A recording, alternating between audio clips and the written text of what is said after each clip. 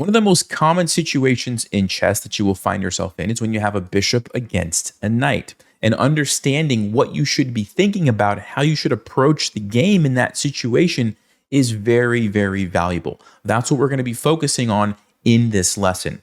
This is a continuation of my series on the amateur's mind. If you missed the first part, it's under the live section on the channel. You can go check that out, but I'm going to give you a summary right now, so it's okay if you miss it. So as a recap, we talked about 7 imbalances in chess. Okay, I'm going to throw those up on the screen. If you need to pause and refresh your memory, you can take a look at those. But in this video, we're talking specifically about the bishop against the knight, the minor piece imbalance. If you hear someone say a minor piece in chess, they're talking about either a knight or a bishop. Okay, and last time we also talked about 10 different rules about knights and bishops. Okay, so again, I'm going to throw these up on the screen. Feel free to pause, screenshot it if you would like. Just refresh your memory. Make sure you are aware of those 10 rules. Okay, and pay close attention to number 10, Steinz's rule about taking away the squares from the knight, the outposts. That is very, very important. Okay, so this is the first position we're going to talk about. You can see white has a bishop, black has a knight. Other than that, it's relatively equal, 5 pawns, and they both have 2 rooks. It's white's turn, and before I say anything else, I would like you to pause, think about this position, think about 2 things. What move would you play, and what are the key things in the position that you should be thinking about? All right, go ahead and pause and try to figure that out, then we'll talk about it. All right, if you had a chance to pause, so the first thing that should have jumped out at you probably is that this pawn is under attack and it's not defended. The next thing that hopefully jumped out at you is that we have the bishop against the knight. And where would this knight be most happy at? Right now, it's not happy at all. The bishop is dominating the knight, right? The bishop's controlling all these squares that the knight might like to go to, okay? But if this knight could land on c5, this would be an amazing outpost, right? That's one of the rules. Knights are very happy on these protected support points or outposts, okay? c5, it's very easy to get there. You have 2 paths, you can go this way or you can go this way and you can end up on c5. So that needs to be in your mind, like, oh, wait a second, if black gets their knight to c5, I might have some problems, right? The other thing that hopefully you thought about was 3 pawns against 2. This is called a pawn majority, which means you have a chance to create a passed pawn over here. Imagine if you were able to trade 2 pawns for 2 pawns, you'd have 1 pawn that could maybe have chances to become a queen, right? That's something that you should be thinking about. So this is actually a game played by Bobby Fischer. He was playing with the white pieces. And we're going to see what he did in this position. But first, I want to show you what a 1700 rated player did and where they went wrong. Okay, so the 1700 rated player couldn't get their mind off of this pawn. All right. They said, I need to defend it, and so they played the move g3. This is the wrong move. This is not the correct approach to the position. We'll talk about the correct approach in just a second, but this is very logical. Lots of beginners, intermediate players would think this way, right? Like, you don't want to lose a pawn, so you defend it.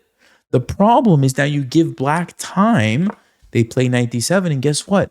They're coming to c5, and you're going to have a problem like we mentioned. So in the game, white played bishop d5, the 1700, trying to put pressure on this. The knight jumped in. He brought the rook over to attack.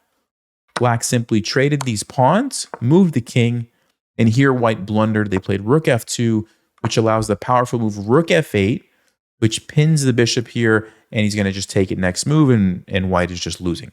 Okay, there's nothing that you can really do. But apart from the blunder there at the end, even this plan initially of going g3 was just wrong. They clearly didn't understand the position. Okay, so what I'm going to do now is jump over here. Okay, same position, but now I've switched to what Bobby Fischer played, and let's take a look. c5. So the first thing you'll notice, he's totally ignoring the pawn. Why? Because he recognizes this pawn is kind of irrelevant to what's going on in the position. Yes, you now you have 3 against 1, which is going to be a problem maybe 20, 30 moves down the road if black has time to push all these pawns. But right now, you have 3 against 2, and you have your bishop supporting. So this pawn is irrelevant. He's going to make use of his advantage as fast as possible before black has time to reroute the knight and stop all his counterplay. Okay, so let's see how it continued. Black captured, moves the king. Black tries to come over here because black has a problem. You can't take this, right? Because your rook is pinned. And white's going to either just take or start pushing. So what is he going to do? Well, rook b4, trying to get rid of this annoying rook so he can take and free up the position. What do you think Fischer played here? Well, he actually just captured it. Now, there's another good move here. You could play rook b3 as well. And there's this interesting line. Takes, takes. The knight comes over, and you can start pushing your pawn, followed by this amazing sacrifice.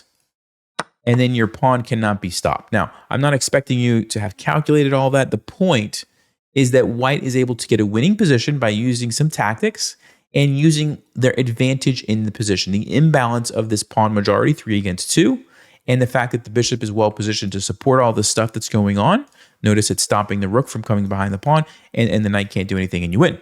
Okay? So again, don't get bogged down in the tactics. Just understand the idea. Right now in the game, Bobby Fischer didn't play rook b3. He just captured. And then he played rook c4.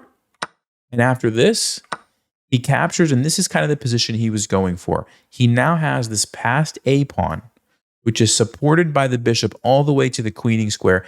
And the fact that he lost a pawn over here doesn't really mean anything. Black doesn't have time to push all these pawns down the board and try to get a passed pawn of their own. It's too slow, right? And so he went on to win. King g7. Black's trying to sneak behind.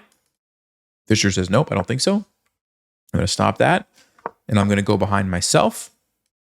Now he can support the pawn all the way down with the help of the bishop, and there's just nothing black can do. Okay? He brings the bishop in to trap the rook, eventually brings his king over, and he has a winning position. Okay? He can take this. He's got his rook coming in. Black's not really able to do anything with these pawns. It's just a winning position for white. Okay? So, what's the takeaway?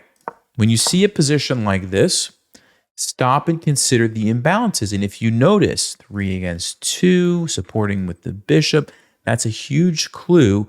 You should focus on that section of the board, even if it means you may have to sacrifice a pawn on the other side. All right, so congratulations if you thought about that, but if you didn't, don't feel bad. Very, very difficult to kind of think about some of this stuff if you haven't seen it before.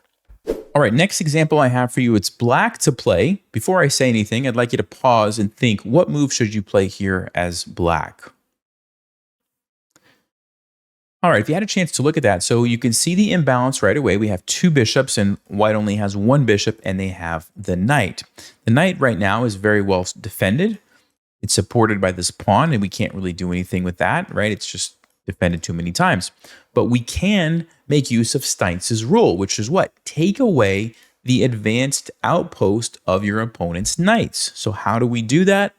C5 is the move, right? We attack the knight, forcing it to move from the square. So watch what happens. The knight goes to f3, b6 is played. He's trying to activate his bishop along one of these diagonals.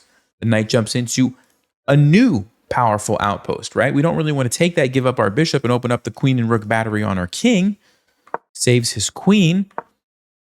Bishop a6, the queen was attacking the rook, so he defends it.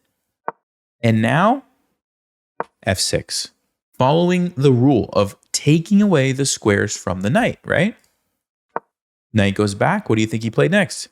That's right, h5. Just continuing, taking away the squares from the knight. And just a few moves later, I'll show you, this was the original position where we started chasing the knight. This is the position now. The knight has been moved from here to here.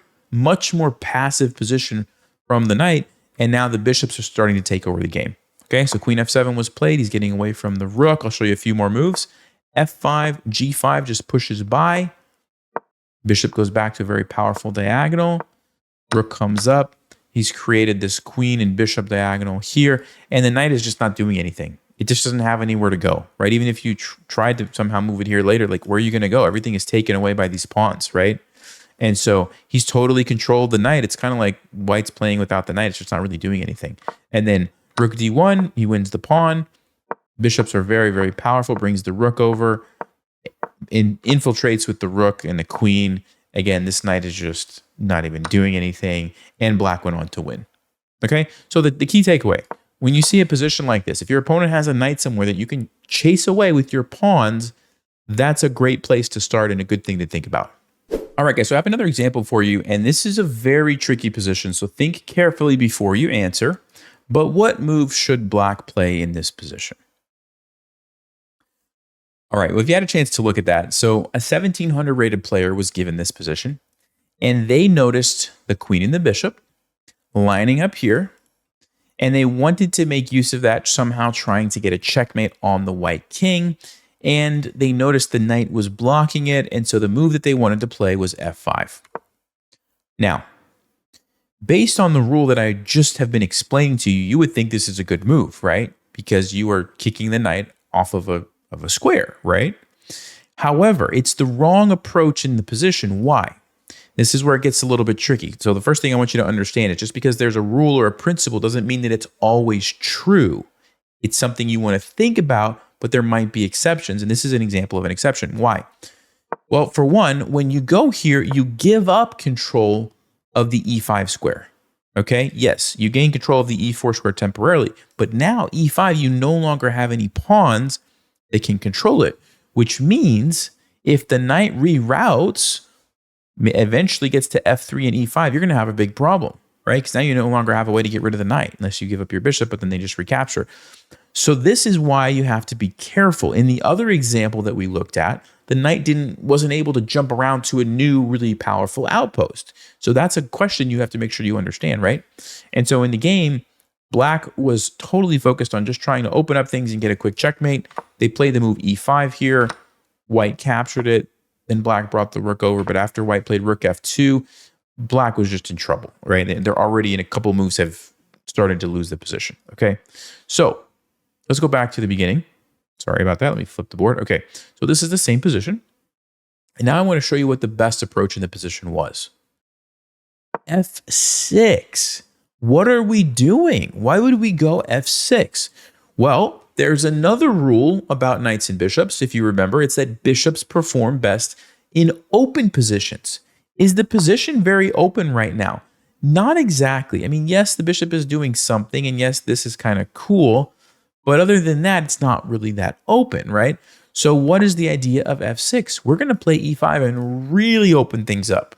And once these pawns are kind of out of the way, then the bishops are going to be even more powerful, and the rooks are going to come in, and everybody gets to start playing, right?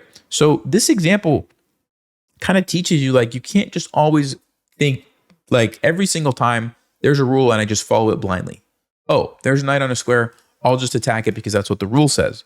Well, kind of, but not exactly, right? You have to think through it a little bit more, okay? And that's what this example is trying to show you.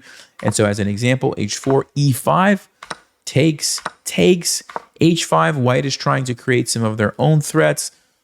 Black simply plays rook d3. Now that the rooks can come in, they blockade the queen. After the knight moves back, they now have come in here. And it's kind of the same thing where they've opened up the queen and the bishop, but they've done it in a different way, and the knight doesn't really have a good outpost anymore, right? You see the difference? And so this happens, and then black captures. Now this guy is totally open, and you can see how the position is just really opened up. The queen comes over, and then a few moves later, black went on to win. I'll just kind of show you this is how it ended right here. Bishop takes c3, nice little tactic. I don't really want to get into the tactics. The point is that if the knight takes, now you can sack your rook, and the king is just in trouble. As an example, you have to go here and checkmate. Okay, just one of the lines. There's tactics involved, but I want you to focus on the positional ideas right now. Okay, so just to recap, this is a very tricky position. It looks like a tempting move, f5, but then you have this problem of e5. You're not going to be able to open up the position anymore. Eventually, you know, white's going to be able to reroute the knight. You're going to have a big problem. Okay, so this was a tricky one. Don't feel bad if you got it wrong, but hopefully that helps you understand. All right, here's one more quick example for you. It's white to play. What move should you play? All right, if you had a chance to look at that, this one's actually an easy example. I probably should have started with this one, but I'm kind of following the order that Silman used in the book. But the point here is that if you look at this position, white has the two bishops, black has this knight. And black's main idea is going to be, how can I activate my knight? It's stuck on the back. I need to get it somewhere. So if you kind of think through this, what happens if it goes this direction? Well, you can go here. You can't go there or there or there because the pawns. So you'd have to go back here to a8, and you could try to go to b6, but then white's bishop could probably just cut you off, and you're stuck in the corner, right? So as an example, well, it's white's turn. Let's say white does a random move. Black does this. You know, something like this, right? This is an awful position for black. Your knight is stuck. So white realizes, okay, the knight doesn't really have a future on this side of the board, which means what? It's going to either go to g7 or f6 and then try to come into the game somehow. So maybe from f6, you can go here, you can go to c5, looks like a pretty nice square for the knight, and then you get access to the game, something like that. So the move that you need to play as white is g5. You just take away the square from the knight. You can't go there. And if the knight tries to go here to come in this way, you play g4. You take away another square, other squares. And the knight is basically stuck. What's it going to do? There's nothing for this knight to do. You've totally eliminated the knight from the game with a couple of pawn pushes. That simply, right? So a very simple example, but this one is a good, a good time when you should push the pawn to take away the squares from the knight. So it depends, right? Like keep it in the back of your mind, like maybe this is something I should try, but you don't always do it, right? That's kind of the key takeaway. All right, guys, the last example I have for you, it's black to play in this position. Before I say anything, why don't you pause and think, what would you play in this position? All right, if you had a chance to think about that, so this is a very interesting position because of what's going on with the knight and the bishop and the rooks, okay? So black actually has 3 primary moves in this position. Hopefully you noticed this and thought about these. Number 1 would be to play rook d4, which is kind of forcing these guys to trade, okay? He's forking the pieces, and he's forcing white to trade. If you move the rook away anywhere, you're going to lose a piece, right? So white would have to take, and you would go into a knight against a bishop endgame, where we have the 3 against 2 here, and the 2 against 1 here, okay? So that's one of black's options. The other option would be to go ahead and just take this and play a rook ending, where both black has 4 pawns, white has 4 pawns, but they're like this. And then the third option would be to save your rook by simply moving maybe to like c5, keeping all the pieces on the board and playing this endgame. Because you have 3 very different types of endgames that you could play. So thinking about what we know about some of the rules with knights and bishops that we've learned, which of those 3 is the best for black? So now that I've told you those 3 options, go ahead and pause again if you need to, if you didn't already think about it. Which one is the best for black? All right, well, if you had a chance to think about that, what one of the rules is that bishops are very good when there are passed pawns on both sides of the board. This is a good example of pawns on this side and pawns on this side, right? Which means the bishop is probably going to be very powerful. So of all those options that we looked at, the best one for black is probably to take. And you go into a rook ending. And he mentioned something in the book that's kind of funny. There's this rule, and he calls it a joke rule, but there's this rule that says all rook endings are drawn. Obviously, that's not true, right? But it makes a point that your chances of getting a draw in a rook ending are much higher than in some other kind of ending where there's like an imbalance with a bishop and a knight. All right, so for example, if you play rook c5, then he gets to save his bishop, and you have to deal with these passed pawns, and the bishop's going to support them somehow, and then you also have to worry about these guys, like how are you going to make your passed pawn? It's just probably not a position you want to play as black, all right? So in the game, black made a terrible move and played rook d4. They probably chose the worst option, trading the rooks and going into the bishop against the knight endgame. And watch what happens. White played bishop d5. Black tried to go after the pawn on h4. And white said, go ahead. I'm going to do what? Push the pawn, right? Hopefully you can remember this from the previous example. He ignores this. I mean, you can't save it anyway, but he ignores it. b4. And if you're black and you take this, guess what? You're not catching this pawn. You're not catching the pawn.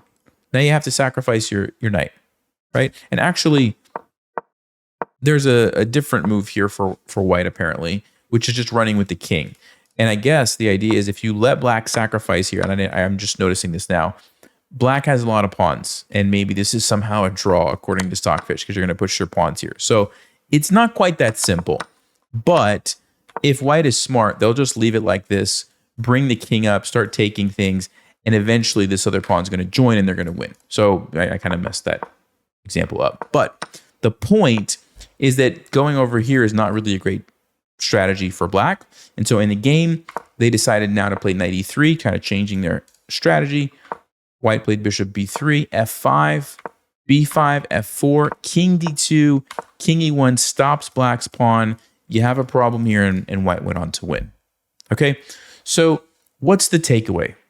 When you are in a middle game or an end game, about to go into an end game, you have to think about those imbalances and make the right decision, right? I think a lot of people here would not really know what to do. Like, well, I don't know. Maybe I'll take it. Maybe I'll move. I don't know. What's the difference? Well, there's a big difference.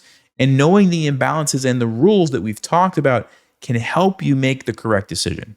You don't want to go into an end game with a knight against the bishop when there's pawns on both sides of the board. So don't play rook d4 and force that to happen, right? Do something else. And the best thing is probably to take here. And then most likely this is going to be a draw. If I'm black, I'm going to be pushing here to create my own passed pawns, bring my king over to stop these. And then the game goes on, but you can see it's relatively equal. So this kind of sums up the imbalance about knights and bishops. Hopefully this is helpful to you guys. Make sure you stay tuned for part 3, where we'll start to look at some other imbalances. I'll see you guys there. As always, stay sharp, play smart, and take care.